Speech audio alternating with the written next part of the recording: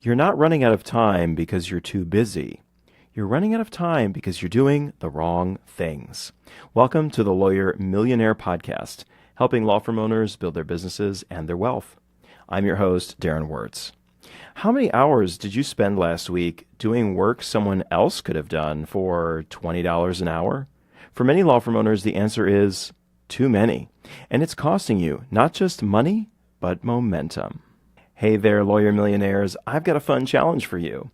Leave a review of this podcast and share your favorite episode with a friend or on social media. Then head on over to lawyermillionaire.com/challenge to upload your proof. You could win a $100 gift card, a signed copy of my book, or even a private strategy session with me. The link is in the show notes. Jump in and get your entry in today. All right, friend. Well, welcome back to the show. I'm excited that you're here with me today. And today's very exciting because we're kicking off a 3-part series on the latest book that we've been reading in the Lawyer Millionaire Book Club, Buy Back Your Time by Dan Martell. Well, the reason this relates to law firm owners is that the fastest way to grow your law firm isn't by working more hours, it's by buying back your time. You know, hiring is one of the biggest challenges that law firm owners face. And maybe you're facing a hiring decision right now yourself. You know, maybe you're a solo and you're thinking about hiring your first attorney, or maybe you have a paralegal, you have an executive assistant, and you know you need to grow. You know you need to bring somebody on to help you with the client delivery work, but it's just scary. It's a big jump. It's a big risk. And are you ready to take that jump? Are you ready to take that risk? And how do you go about it? And when do you know that you're ready? Well, in this series, we're going to help you unravel all of those mysteries with the help of our friend Dan Martell and his great book that he's written, Buy Back Your Time. You know, I just love this book because this book was instrumental to me as I was first making my first hire. Actually, I read Dan's book before I made my first hire, which was my executive assistant. And let me tell you something. It changed my life. It changed the entire practice. And today I have a team of 5, and it's so incredible to see how that team is able to operate and execute and work together and figure things out without me. That's the funnest thing of all, when I can see my team getting things done without me, and they can say, yeah, we got together and we worked on this problem, and here's what we came up with. I'm like, wow, go team. That is one of the most awesome places to get to as a business owner. But it's not an easy journey. And so, as you may know, we have our book club, the Lawyer Millionaire Book Club, which if you're not a member yet, by the way, you need to be a member, okay? We read one book a quarter, and this quarter we're reading Dan Martell's book, Buy Back Your Time. We just had a networking event with our book club members last week, and I opened the floor. I said, you know, this is a great opportunity to share a challenge that you've been facing and get some collective wisdom from the group. Does anyone have a challenge that they'd like to share? And one of our book club members piped up and said, you know what? I know I need to hire, but I'm not really sure how to go about it. And I don't know how to get started. And it seems like a big risk. And I was like, oh my gosh, this is perfect. Read the book, Buy Back Your Time, because it gives you such a great roadmap for scaling and growing your team. And that's why we're reading it in the book club. Because you know what? Law firm owners are busy, and I bet you're busy too. Right? And so the biggest thing you can do is to buy back your time. And so often we go about it the wrong way. We grow our firm because we need help over here, we need help over there, or we think it's what we need to do. You know, and I hate the Inc. 5000's. One of their ways of ranking companies is based on team size. I mean, team size is not all there is to it. You're not just growing a team for the sake of growing a team. You're growing a team to free up your time. That's the buyback principle. So what is the buyback principle? Well, the buyback principle says you don't hire to grow your firm. You hire to get back your time so that you can focus on the high value work that only you can do. There's certain things only you can do. And as you continue to buy back your time, the value of your time continues to elevate, and you're going to go higher and higher into higher levels of firm ownership and business leadership. The purpose of hiring isn't to make you busier. And I hear this a lot too from law firm owners. Maybe this is something that you're facing, right? I don't want to hire. I don't want to grow because that just means more work. I'm going to be busier and I'm going to hate my life. I just want to stay small. And there's nothing wrong with staying small and staying a solo and staying right there and having a lifestyle type of business. There's nothing wrong with that. But the purpose of hiring is not supposed to be to make you busier. It's to free up your time. And my heart aches for law firm owners everywhere because I see so many law firm owners who stay stuck in the same exact place for years, maybe even decades, because they haven't figured out how to delegate and hire. They're still living in the world of only I can do it, and I can do it faster than anybody else. But guess what? There's only one you. And so you're going to have to find a way to clone yourself. You're going to have to find a way to pass on things and delegate things. This is the case with one of my clients that I'm working with. And this particular firm owner, I know what he needs to do. I know the steps that he needs to take. He's been working in his firm for a long, long time. He's getting closer to retirement. He's probably 5 to 10 years away from retirement age. I mean, he's been doing this a long time. He's had a long career. But guess what? He's been stuck at the same revenue level for the past 20 years. And he just lost some team members. And now he's busier than ever, and he's shrinking. He's pulling back. And I can't get him to think bigger. It's a very difficult, it's a difficult shift in your mindset. I acknowledge that, and I understand that. And maybe you're in that same place. And my heart yearns for you because I know that you can get unstuck from that place. I know that you can make a shift. I know that you can buy back your time. I know you can do it because I've done it. And I've seen other law firm owners who've done it also. The most successful law firm owners are not the ones working 70, 80 hours a week, working on nights and weekends, never able to take a vacation, working on vacation. I just had a call with somebody this morning that's her dilemma. She is approaching RMD age, but she has not been able to delegate and free up time for herself. These are real people, and there's a lot of you out there. Every minute that you spend on scheduling, scanning, or answering low-level emails is time that you're not closing high-value cases, you're not building referral relationships, you're not steering your firm's growth strategy. Let me give you an example. If your billable rate is $400 an hour, and I just talked to somebody today. She's like, I only spend maybe 30 minutes a day on admin work. Okay, let's go with it. Let's say it's an hour because we all lie, right? We all think we do less admin work than we actually do. Okay, let's be real. Let's say your billable rate is $400 an hour and you're spending 1 hour a day on admin work. That's 5 hours a week.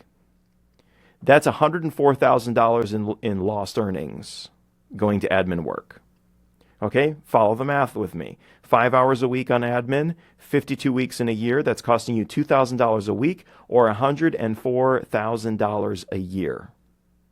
Now, okay, well, I'd have to hire somebody to do those tasks. Okay, granted. So let's say you hire somebody at $20 an hour to do that admin work, which you can definitely do. It could be someone here in the United States, it could be someone in the Philippines or anywhere. Outsource it. Right? Okay, so $20 an hour, your cost to hire that person is $5,200 a year. So if you were able to get that off of your plate, free up your time, bill that extra 1 hour a day, your net gain would be $98,800 a year, almost $100,000 in lost revenue. But there's bigger relevance. The bigger relevance is burnout. So many law firm owners are facing burnout. Are you struggling to keep going, to keep the energy going? I hear it in your voice. You say, I love what I do. I'm going to keep doing it until I die. But you're going home every night exhausted. You don't have any energy for your family, and you're just plunking down on your pillow and falling asleep. The bigger problem is what Dan calls the pain line in his book. The pain line is the point at which business owners stop growing or even start to sabotage their own growth because growing anymore is painful. Ooh, when I read that, I just felt it. Sometimes we sabotage our own businesses subconsciously. We don't even realize that we're doing it. But we're turning down clients, we're turning down opportunities, we're not completing things we need to because we are in pain. And because adding more business is pain.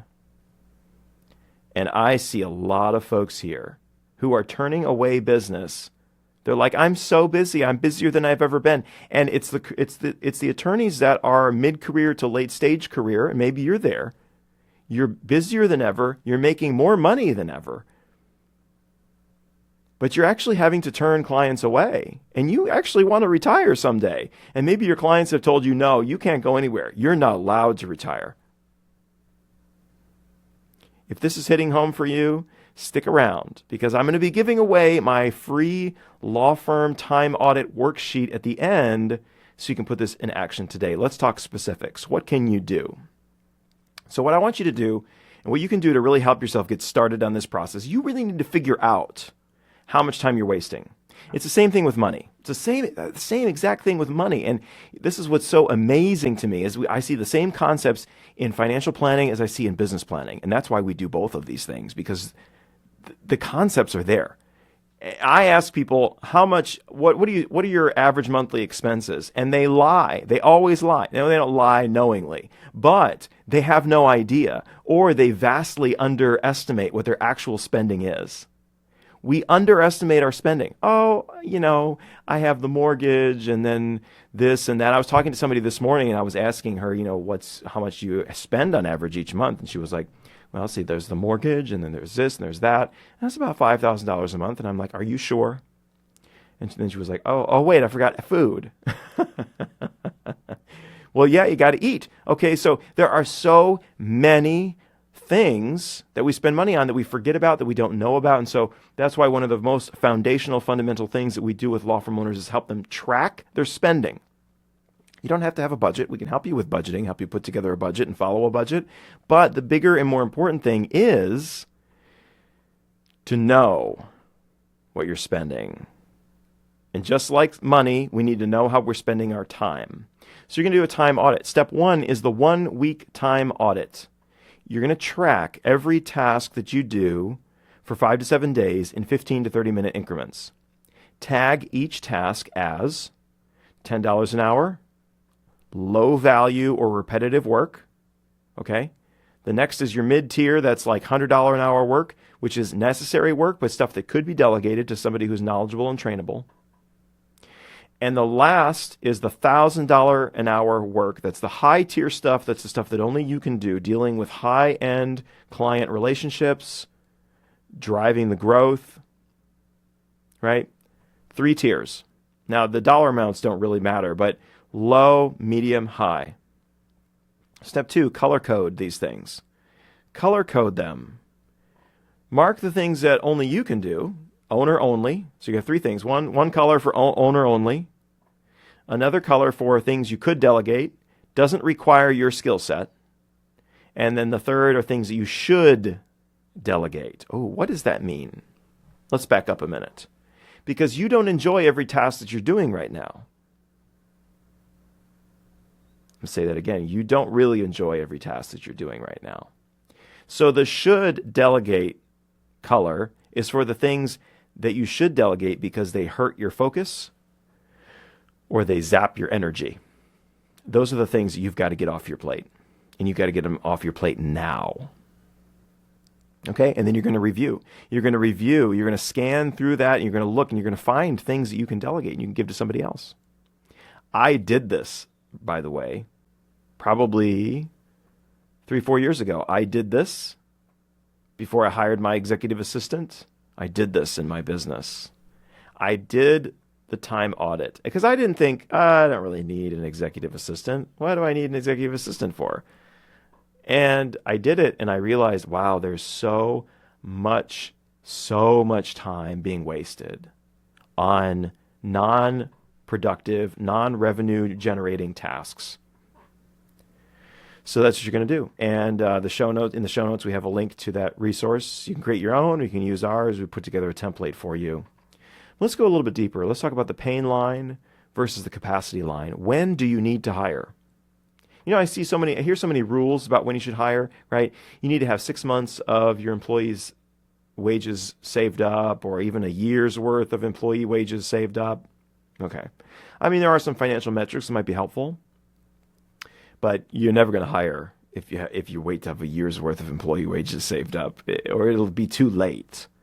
The bigger question is the pain line versus the capacity line. Hire before you hit the breaking point, before you start turning away work or working nights and weekends just to keep up.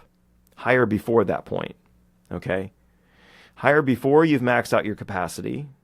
Well, maybe, once you're reaching capacity, but before you've hit the pain line. But so many people struggle with this. Let's talk about why they struggle.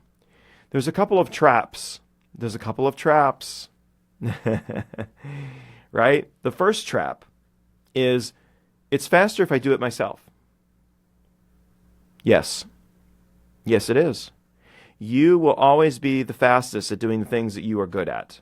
Always. I've seen this in my business. I can fly through tasks super fast. When I first started handing things off, I was like, gosh, something that's only take me 10 minutes, take one of my employees an hour. But that's because they need to be trained and they need experience. Once they gain experience and they practice, they will get faster. But when they start out, be prepared. They're going to be slow at doing things. They're not going to be able to do things at your pace. And that's okay. They maybe never will. Okay? But as you grow your business further, let me tell you a little secret. As you grow your business further, you will start to find people that are actually faster at doing things than you are. The things you hate to do, someone's faster at doing that than you. They can do it faster and for less money. Billing, emailing, communicating, I don't know, whatever it is. The thing that you hate doing in your business, the thing that you're always procrastinating about. It's at the bottom of your to-do list, or maybe it's at the top of your to-do list and you're like, I'll get to it. It's the email in your inbox that you've let it stay there because you're like, I'm going to get to that eventually. The things that you hate doing, someone else is faster at doing those things. Okay? But you are going to be faster at doing a lot of things. When you first hire people, they're going to be a lot slower. But over time, you're going to find that the people you hire are smarter than you. And they're faster than you. I found that in my business. My team members, now I'm still pretty smart. Don't get me wrong. I'm still pretty darn smart. But there are things that my team members are smarter at and better at than I am in huge ways. And especially the things that I don't love doing. My mother always told me something, and maybe your mother told you the same thing. I don't know. But what she said, one of my mother-isms was, if you want it done right, do it yourself. Usually this was said when she was not happy with the way I had done something, right? And many of us, I don't know, maybe you heard this in childhood and you started believing it, that if you want it done right, you got to do it yourself. It's wrong, by the way. It's wrong. We're so blinded by our own perceptions. We think that we're the best and the fastest at doing the things that we do. And we think that no one else can do them as good or can do them as fast as we do until you actually get out there and start hiring quality people. And now, I will never, ever accept this lie. If you tell me this lie, if you tell me there's just nobody good out there, there's no good lawyers to hire. Bullshit. There are fantastic, hardworking, incredible people out there waiting to be a part of your team. You just have to go hire them. Stop telling yourself and stop telling me or anybody else that there just aren't good employees these days. That these millennials or these whatever, they're just lazy. Oh, shut up. I have a millennial on my team. Well, actually, I am a millennial, but I have someone younger than me on my team. what is that, Gen Z? Yeah. And let me tell you something.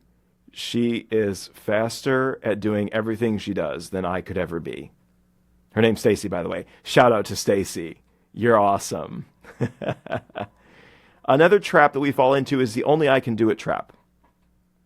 Only I can do it. It's a lie. You have a unique way of doing things, yes. You have a skill set that you acquired, but you didn't always know how to do what you did. Someone taught you, or you learned. And so it's not a disconnect. It's not innate. You were not born knowing how to litigate or how to do X, Y, and Z. You didn't come out of the womb knowing how to do this, my friend. You learned. Someone taught you. So teach someone else. You've got to summon your inner teacher. Summon your inner, what's the word? There's a better word for sensei. Yes. Become the sensei. When you hire, you become a leader, and your employees, your job is to lead them and guide them. Your job is not to reprimand them, and they're not machines that just are supposed to perform tasks for you. You are responsible for their growth and development. And maybe I have this understanding because I came from the world of education. I taught 8th and 9th grade science for 5 years before I started my own business. Be a teacher. Take on the teacher role in your business. Invest in the development and growth of your people, because your people are one of the most valuable aspects of your business. We've talked on this show before when we talked about how to value a law firm. We talked about intangible capital, which, by the way, is 85% of your firm's value. Okay? And that's not just salable value, but the value in terms of your firm's ability to continue to produce revenue. And there are 4 key pieces of intangible capital, and one of those is human capital. The more you invest in and develop your team members, the more loyalty they have to your business and to your brand, the greater their institutional knowledge and skills and talent becomes, the more value they'll have to you and to your business. Only I can do it? Nonsense. Because, as Dan says in his book, Buyback Your Time, 80% done by somebody else is 100% awesome. You can still be involved in the process. You do the initial 10%, someone else handles the bulk of it, the 80%, you come in at the end and put on your finishing touches, the last 10%. But many of us are used to working, we're used to being busy, and so being busy is what feels right and feels normal. There's a lot of psychology to this. And when we're not feeling busy, we feel ineffectual. We feel like losers. Oh my gosh, there's nothing for me to do. So we find things for ourselves to do. But being busy has nothing to do with being productive, and it hides inefficiency. And friends, this is the ladder to real wealth.